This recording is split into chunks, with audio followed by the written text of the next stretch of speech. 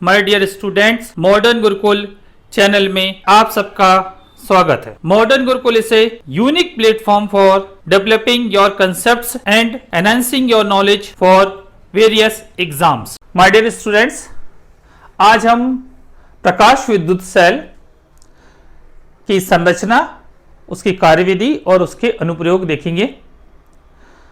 तो सबसे पहले हम ये देखें कि प्रकाश विद्युत सेल होता क्या है।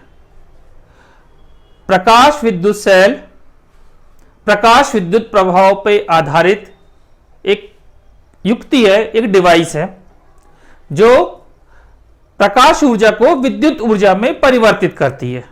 नाम से समझ में आ गया कि प्रकाश विद्युत सेल एक ऐसी युक्ति है जो प्रकाश ऊर्जा को विद्युत ऊर्जा में परिवर्तित करती है। प्रकाश विद्युत सेल के यदि हम प्रकार देखें तो ये मुख्यतः तीन प्रकार के होते हैं। पहला प्रकाशिकीय उत्सर्जक सेल, दूसरा प्रकाशिकीय वोल्टेज सेल और तीसरा है आपका प्रकाशिकीय चालकीय सेल। इसमें से हम प्रकाश उत्सर्जक सेल की संरचना को देखते हैं। तो इसकी संरचना कुछ इस प्रकार से रहती है। ये हमने यहां पे डायग्राम बना के रखा है। तो इसके मुख्य भाग में यदि आप देखते हैं तो ये आपको एक बल्ब दिखाई दे रहा है जो कांच का या क्वार्ट्ज का बना रहता है, तो जिसके अंदर पूर्णता निर्वात रखा जाता है। तो पहला भाग क्या हो गया इसका, कांच या क्वार्ट्ज का बल्ब जिसके अंदर पूर्णता निर्वात रखा गया है। दूसरे भाग में आपको क्या दिखाई दे रहा है, ये अर्ध बेलनाकार संरचना दिखाई दे रही है। ये अर्ध बेलनाकार संरचना है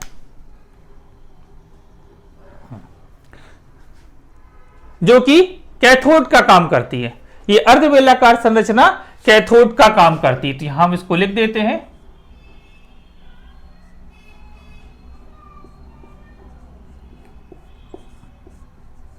कैथोड सी नोटेशन डाल देते हैं, इसका ये काम करती है।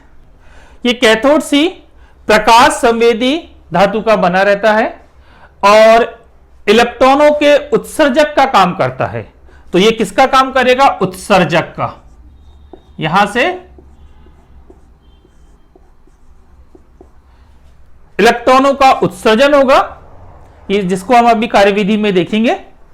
कुछ बल्ब ऐसे भी बने रहते हैं कि यहां पर बेलनाकार सिलेंडर की जगह में बल्ब के आंतरिक सतह पर, ये वाली सतह पर ये प्रकाश संवेदी धातु जैसे कि क्षारीय धातु हैं, उनकी हम यहां पे पतली सी परत चढ़ा देते हैं। क्या बताया हमने आपको कि इस अर्ध बेलनाकार सिलेंडर के स्थान पर इस बेलन की आंतरिक सतह पर क्षारीय धातु की, जो कि प्रकाश संवेदी धातु हैं, उनकी पतली सी परत चढ़ा दी जाती है जो कि कैथोड का काम करती है। और कुछ में ऐसा सिलेंडर रहते हैं और इसका कनेक्शन बाहर जाके बैटरी के नेगेटिव सिरे से रहता है। एनोड बनाने के लिए यहां पर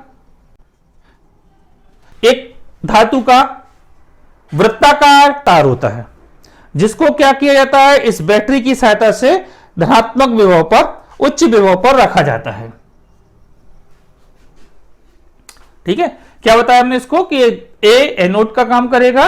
ये धातु का बना हुआ एक वृत्ताकार वायर का रहता है जो किसका काम करता है, एनोड का काम करता है। यानी कि यहां से जो उत्सर्जित होने वाले इलेक्ट्रॉन है उनको वह संग्रह करने का काम करेगा, इसलिए वह संग्राही की तरह भी काम करता है। और उसे कहां रखा जाता है, उसे धनात्मक विभव पर या पॉजिटिव पोटेंशियल पे रखा जाता है। इस बल्ब का कुछ हिस्सा, जैसे कि यहां चित्र में दिखाई दे रहा है, पारदर्शी रखा जाता है जिससे कि प्रकाश आकर इस कैथोड पर आपतित हो सके। और कैथोड तथा एनोड से दोनों से दो तार बाहर निकले रहते हैं जिसके साथ जिसे हम बाह्य परिपथ में जोड़ सकते हैं। इस तरह से हमने आपको प्रकाशीय विद्युत सेल की संरचना बताई है। अब हम प्रकाश विद्युत सेल की कार्यविधि देखते हैं।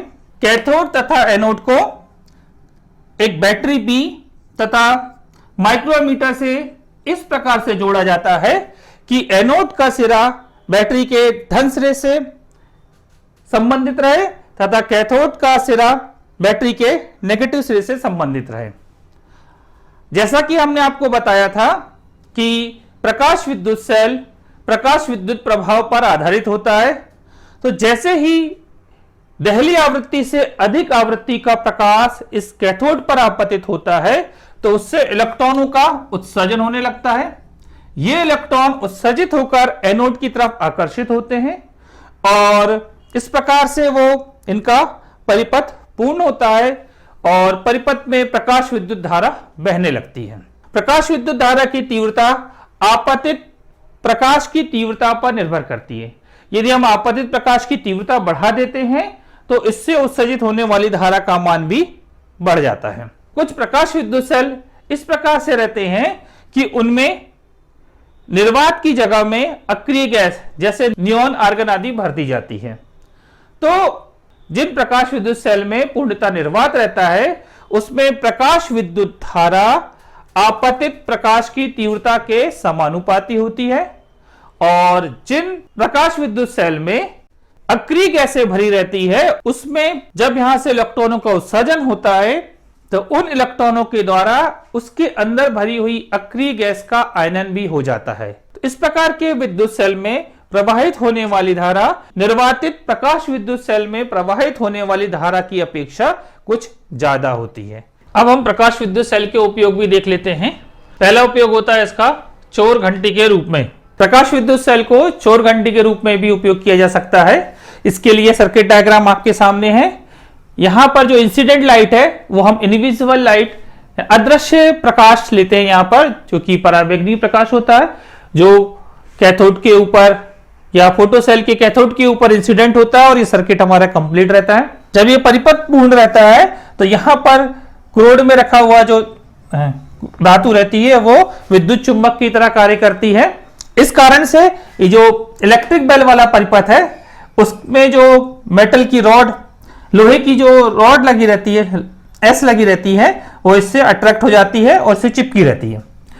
जैसे ही कोई चोर इसको क्रॉस करता है तो इस पे आपतित होने वाला पराबैंगनी प्रकाश रुक जाता है जिससे ये सर्किट टूट जाता है और ये जो इलेक्ट्रोमैग्नेट है, ये जो विद्युत चुंबक है वो विचुंबकित हो जाता है। इस कारण से क्या होता है, यहाँ जो लोहे की रॉड कनेक्ट रहती है वो यहां से हट जाती है। हटने के कारण क्या होगा कि ये जो स्प्रिंग से कनेक्टेड रहती है तो यहां से छूटकर वापस आकर वो अपने मेन सर्किट में जुड़ जाती है। मेन सर्किट में जैसे जुड़ती है तो इसमें धारा बहने लगती है और इससे कनेक्टेड जो इलेक्ट्रिक घंटी है वो बजने लग जाती है। दूसरा उपयोग हम इसका देख रहे हैं प्रकाश विद्युत गणित्र के रूप में, यानी कि काउंटर के रूप में देख रहे हैं हम। तो इसमें भी क्या रहता है, जैसे चोर घंटी का परिपथ था उसी प्रकार का परिपथ बना रहता है और फोटो सेल उससे कनेक्टेड रहता है और वो कहाँ लगा दिया जाता है कि किसी हॉल में या किसी कमरे में प्रवेश करने वाले जो व्यक्ति हैं उनको हमको गणना के लिए इसका इस्तेमाल किया जाता है। तो ऐसी जगह उसको अपन लगा देते हैं जहां से कोई व्यक्ति प्रवेश करेगा तो सेल पर पड़ने वाली पराबैंगनी प्रकाश किरणों को वो काटता हुआ या उनको बाधित करता हुआ अंदर एंटर करेगा। तो क्या होगा, जो काउंटर कनेक्टेड रहेगा फोटो इलेक्ट्रिक सेल से वो क्या होगा, एक संख्या में बढ़ जाएगा, क्योंकि जैसे ही वो प्रवेश करेगा फोटो इलेक्ट्रिक करंट रुक जाएगा और हमारी काउंटिंग जो भी रहेगी वो एक अंक से आगे बढ़ जाएगी। तो इस प्रकार से क्या होता है, कितने व्यक्ति उस हॉल में या उस कमरे में प्रवेश कर रहे हैं इनको हम काउंट कर सकते हैं। किसका इस्तेमाल करके, फोटो सेल का इस्तेमाल करके, किसके रूप में, गणित्र के रूप में इस्तेमाल करके हम इसको काउंट कर सकते हैं। अगला उपयोग है इसका टेलीविजन में।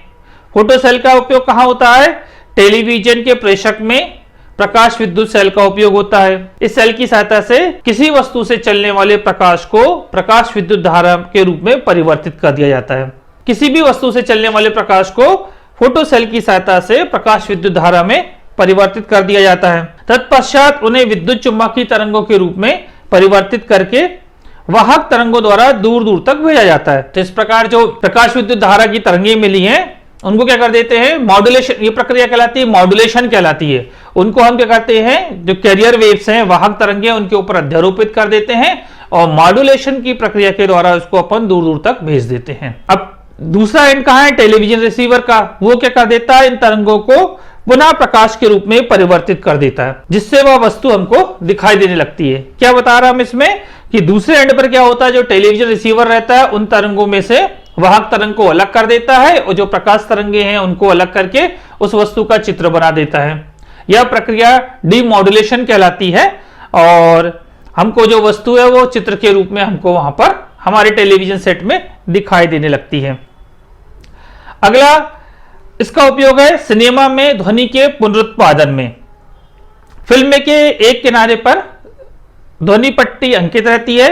ध्वनि पट्टी का जो कालापन रहता है वो क्या होता है, ध्वनि के उच्चावन के अनुसार, यानी ध्वनि यदि तीव्र है तो ज्यादा कालापन रहेगा, या कम ध्वनि है या कम साउंड है तो कम कालापन रहेगा। इस प्रकार से उसके हिसाब से उसका कालापन चेंज होता है और उसी के हिसाब से ध्वनि भी क्या होती है, परिवर्तित होती रहती है।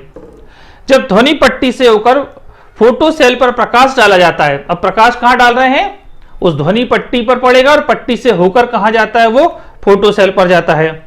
तो उसके कैथोड पर परिवर्तित तीव्रता का प्रकाश पड़ता है।